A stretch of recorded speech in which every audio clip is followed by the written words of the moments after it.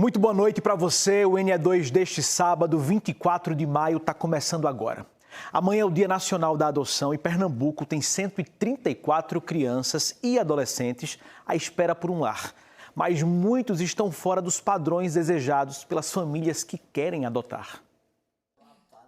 O carinho com o filho é a realização de um desejo que surgiu com o tempo na vida de João e Eduarda. Depois de anos juntos, eles escolheram ser pais adotivos. A gente sempre teve um interesse pelo processo de adoção, né? O fato do meu esposo ser adotado, isso acabou tocando muito a gente. E eu sempre tive certeza que eu não queria ser mãe de via biológica. E aí a adoção chegou para mim muito como uma escolha, sabe? Para João, adotar teve um significado ainda mais especial. A adoção sempre foi um tema muito natural, assim, na adolescência a mesma coisa. Eu lembro da minha mãe também preocupada, porque ela dizia, veja, eu tô achando que você tá muito tranquilo em relação a isso, você não tá com raiva de alguma coisa, não? Eu dizia, não, mãe, eu tô tranquilo. Para mim nunca foi uma pauta que me trouxesse desconforto. O processo de adoção do bebê foi concluído em setembro de 2024. Eu acho que ser mãe só passou a ser um plano de vida quando eu conheci Chico.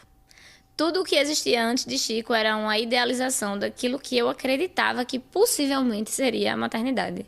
Mas na hora que eu vi aquele olhinho, sabe, assim, na hora que ele chegou pra gente, eu disse, velho, é isso aqui. Na época, o menino tinha 2 meses de vida e uma condição de saúde complicada, bronquiolite, infecção pulmonar comum em crianças pequenas. E pra gente funcionou quase que como um intensivo, assim, de tipo, se a gente deu conta desses 10 dias aqui de hospital, qualquer coisa fora disso, a gente vai dar conta, sabe? De acordo com o Tribunal de Justiça de Pernambuco, 134 crianças e adolescentes esperam por uma nova família aqui no estado.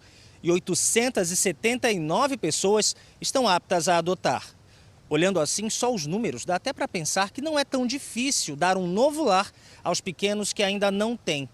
O problema é que existem algumas questões que fazem muitos meninos e meninas não serem acolhidos. Uma delas é a saúde.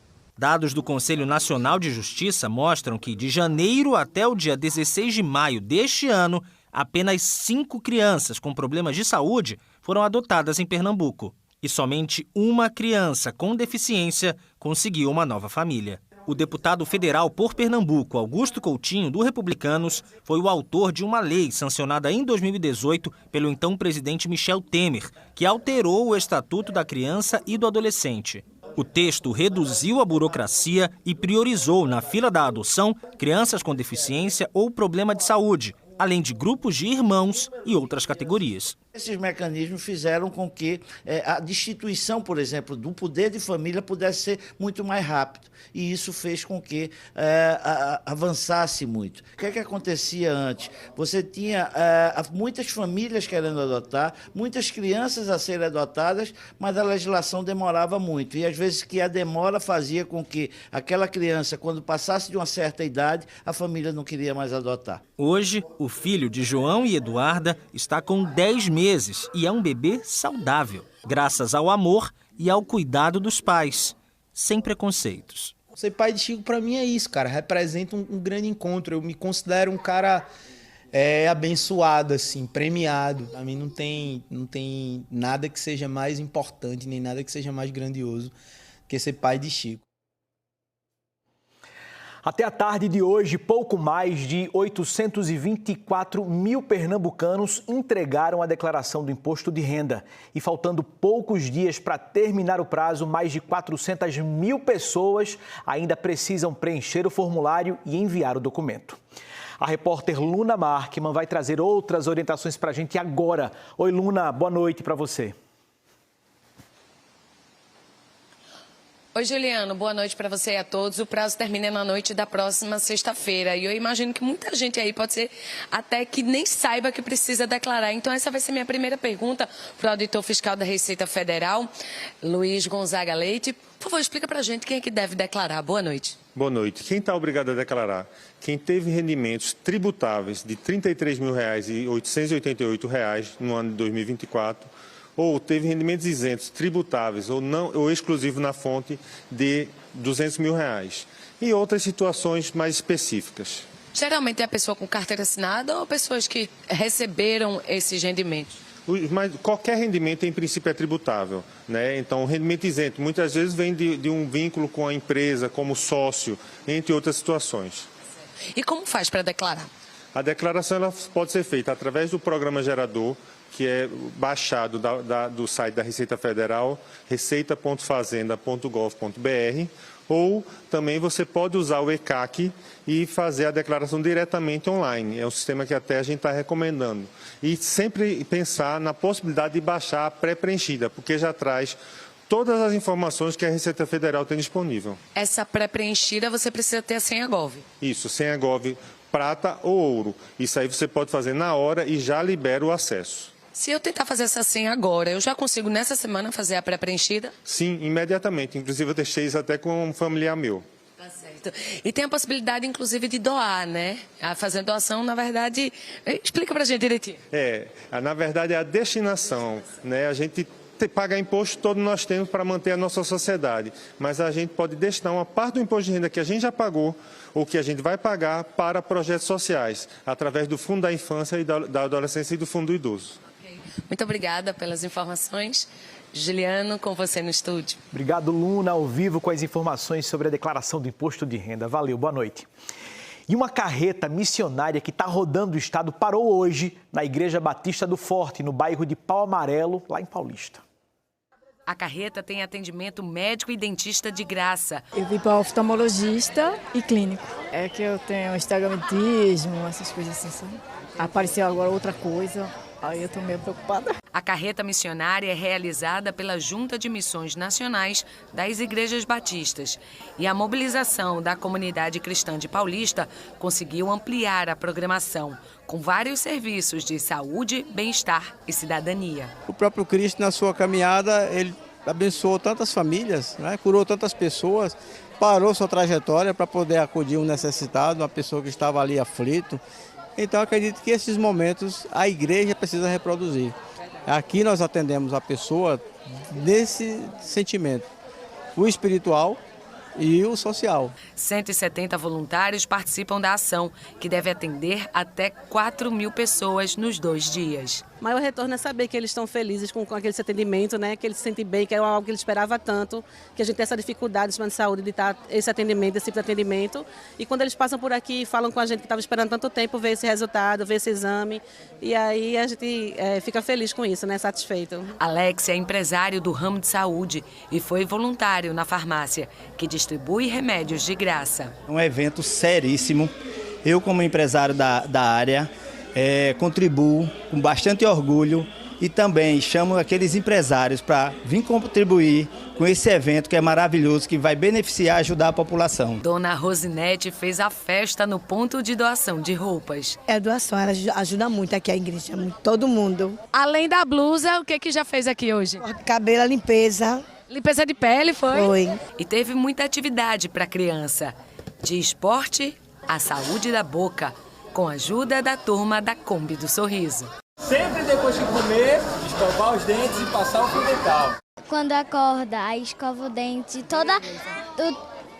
Toda vez escova o dente. Porque senão dá o quê? Cárie nos dentes dói. Essa apresentação foi uma apresentação muito boa, que vai estimular as crianças a escovar os dentes.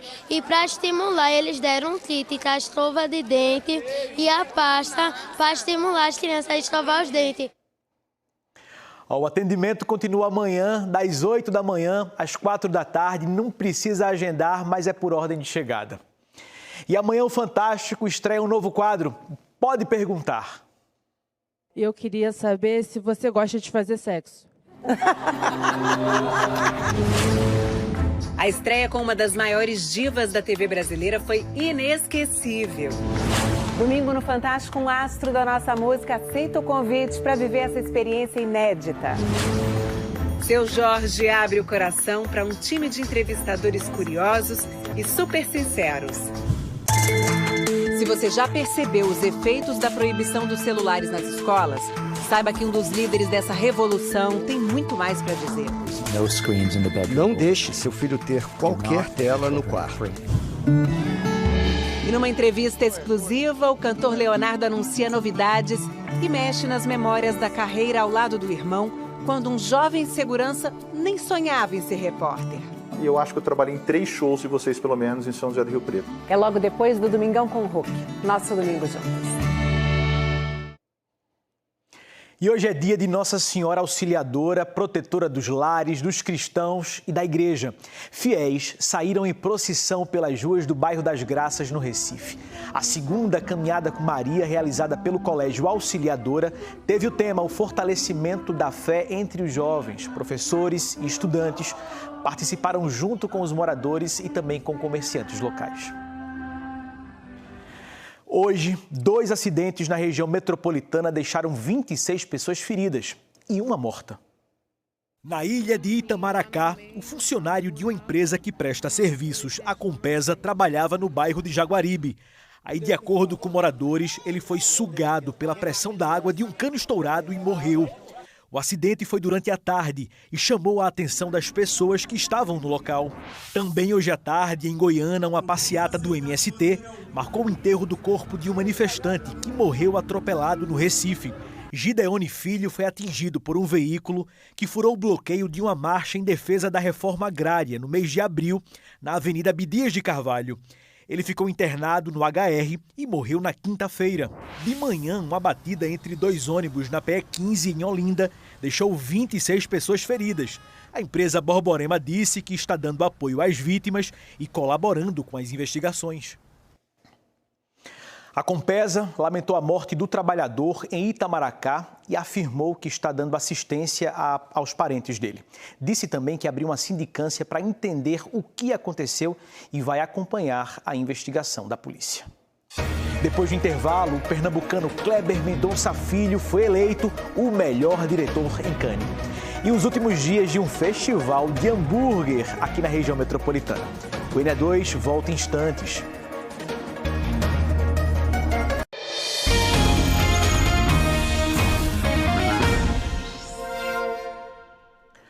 O diretor Kleber Mendonça Filho ganhou hoje o prêmio de melhor direção no Festival de Cannes, na França. É a premiação do cinema mais conceituada da Europa. O pernambucano concorreu com o filme O Agente Secreto e desde que Glauber Rocha ganhou o troféu em 1969, nenhum outro cineasta brasileiro tinha levado a estatueta. O ator Wagner Moura, que fez o papel principal do filme, conquistou o prêmio de melhor ator do festival. O Agente Secreto é um longa-metragem de suspense político ambientado em 1977, época da ditadura militar. As cenas foram rodadas no Recife entre julho e agosto do ano passado. Na estreia internacional, também em Cannes, teve um arrastão de frevo com orquestra e integrantes do grupo Guerreiros do Passo. Ao fim da primeira sessão, o Agente Secreto foi aplaudido durante 15 minutos pela plateia formada por críticos de cinema e outros cineastas. Uma tarde longe do celular, estudantes de uma faculdade do Recife proporcionaram às crianças que estiveram hoje no Parque da Jaqueira uma volta às brincadeiras do passado. Pé no chão, suor escorrendo, sorriso no rosto. A tarde dessas crianças foi de muitas brincadeiras antigas no Parque da Jaqueira, na zona norte do Recife. Maria Laura brincou de amarelinha, pulou corda e aprendeu a jogar pega-vareta. A gente vai fazer assim, aí a gente solta ele e ele vai ficando, aí a gente vai pegar sem mexer. Muito interessante esse incentivo aqui do pessoal. Eu particularmente não sabia, quando eu cheguei eles me avisaram e tô achando ótimo. Bola de gude, por exemplo, ela não tem esse costume, mas pô, aqui foi super divertido, tá super entretida, não quer nem saber de outra coisa. A experiência com brincadeiras antigas foi iniciativa de estudantes de Direito da Faculdade de Ciências Humanas, ESUDA. Para se formar, eles precisam fazer atividades práticas oferecidas à comunidade e escolheram esse tema por causa da proibição dos celulares na escola. O resgate dessas brincadeiras que é tão lúdicas, né, que eu acho que a infância da gente foi maravilhosa, né? Então o resgate disso é justamente trazer esse criança ser criança novamente. Possibilitar essas atividades ao ar livre dialoga com o direito fundamental ao lazer e ao brincar, previsto no Estatuto da Criança e do Adolescente. O município e o estado, eles têm que oferecer espaço para as crianças se desenvolverem. E o que a gente está vendo é que nesses espaços perdeu a parte do brincar mesmo. As crianças ficavam mais paradas, olhando a tela, olhando o celular. E aí a gente resolveu trazer as brincadeiras da época da gente. Essas irmãs são de Olinda, mas vêm com frequência ao Parque da Jaqueira. Achasse difícil o bambolê? Não. Eu vi que tu fez bem direitinho com o braço, não foi? Sim. Agora na cintura é mais complicado, né? Sim. Esses irmãos também são de Olinda e pularam corda juntos, o que não faziam há muito tempo. Não tô indo pra rua direito, não. Aí eu fico mais no celular e eu tô vindo mais pra rua. Entendi. E essa possibilidade de sair um pouquinho do celular e brincar assim no parque, foi legal? Foi. Juliana reuniu amigas na Jaqueira para comemorar um aniversário de 11 anos. Tem alguma brincadeira que tu já tinha visto ou nunca tinha visto? Pula corda, eu já tinha visto. E tinha alguma brincadeira que tu nunca tinha visto? Não. E bambolê, tu já tinha testado? Já. Pé no chão, sentir, né, correr, cansar, chegar em casa ficar bem relaxado.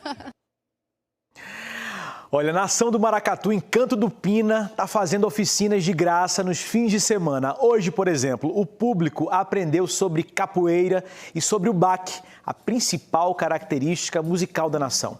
As formações acontecem na sede, que fica na comunidade do Bode. Amanhã, as oficinas vão ser de confecção de instrumentos e de percussão para mulheres. Você encontra a programação e outras informações sobre as inscrições nas redes sociais do grupo. E na quarta-feira que vem, 28 de maio, vai ser comemorado o Dia do Hambúrguer. Aqui na região metropolitana tem um festival com receitas exclusivas nos restaurantes e lanchonetes. O repórter Joab Alves mostra pra gente. Pois é, minha gente, primeiro festival de hambúrguer está rolando aqui na região metropolitana do Recife, Bruno Campos. Antes da gente trazer as informações, bora dar uma olhada aqui nessas belezas, né, de dar água na boca, meu amigo. Esse festival começou no dia 25 de abril e vai até o dia 1º de junho. A gente vai conversar com um dos organizadores agora, o André Vita. Eu vou logo iniciar perguntando quais são as cidades que estão participando, né? E são 57 endereços que estão participando. Como é que está funcionando tudo? Isso, boa noite.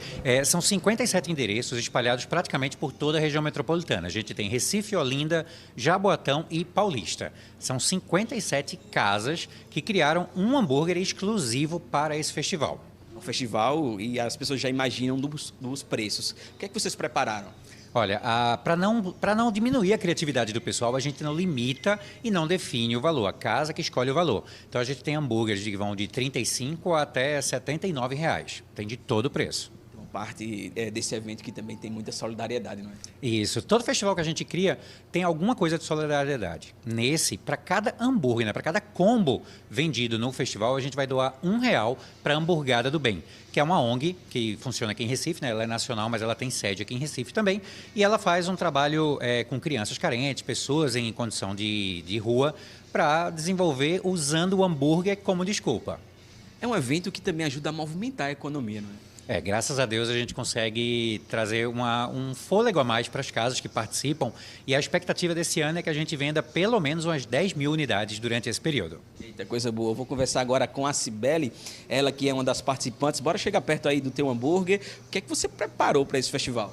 Então, a gente misturou, né, a culinária oriental com o hambúrguer e a gente preparou o nosso sushi burger, que é um hambúrguer à base de salmão, creme cheese, camarão, e com aquele toque especial da casa. O que representa para você participar desse evento que está acontecendo pela primeira vez? Então, é muito bom participar, porque além de a gente aumentar a nossa visibilidade, a gente também consegue ajudar a Hamburgada do Bem. Então, muito boa sorte para vocês que vendam bastante esse hambúrguer. Eu vou conversar com mais um participante. Qual é o seu nome? Lucas. Lucas, qual é o teu hambúrguer? Então, a gente fez uma inspiração americana. Esse hambúrguer é chamado Texas, que ele vai com costelinha bovina, um barbecue de goiabada que a gente preparou na casa, um creme de queijo e nossa maionese especial de alho. Aí, é uma oportunidade que a gente teve, né, de entrar nesse festival para poder movimentar. A gente tem 2 lojas, uma em Olinda e uma na Tamarineira, e é muito bom essa oportunidade de poder chamar novos clientes.